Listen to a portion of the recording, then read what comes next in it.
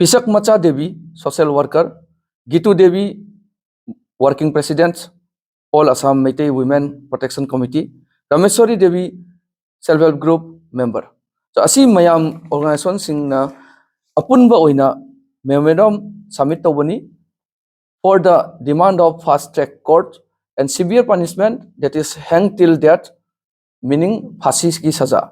Asi gang rapist punamaki matakta fasi ki saza se koi mayamna demand tawri Chief Minister of Assam gi matakta Mr. Dr. Himanta Biswa da. Asi hairaga mayambu next the mayam gi support su pamjei Meitei macha punam ki support pamjei. Si hairaga loisan jarage. Numit kharani mamangda Meitei nupi ama mau ama akhoi Bengali Muslim kharana kidnap tawraga gang rape tawpa. Ngasi Lakhipur Thanada pore. Porakpa matungda akhoi hujik jointly organization mayam manaraga Chief Minister of Assam da akhoi demand khara tawri. Demand se fast track court anyhow tawna tawiba amasung hang till death fasi ki saza pibiba.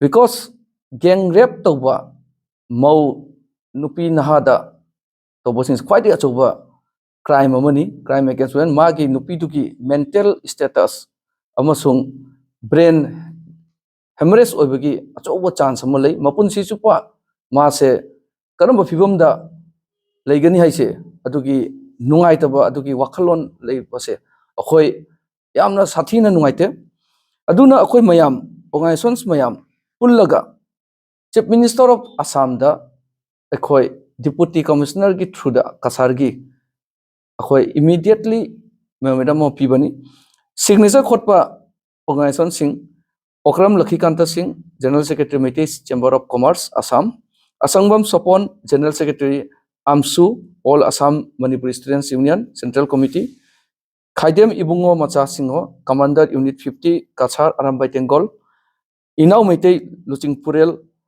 Apunba Meitei Tengol, Nongpok Nangba Mangan, General Secretary All Assam Manipuri Youth Association Central Committee, L.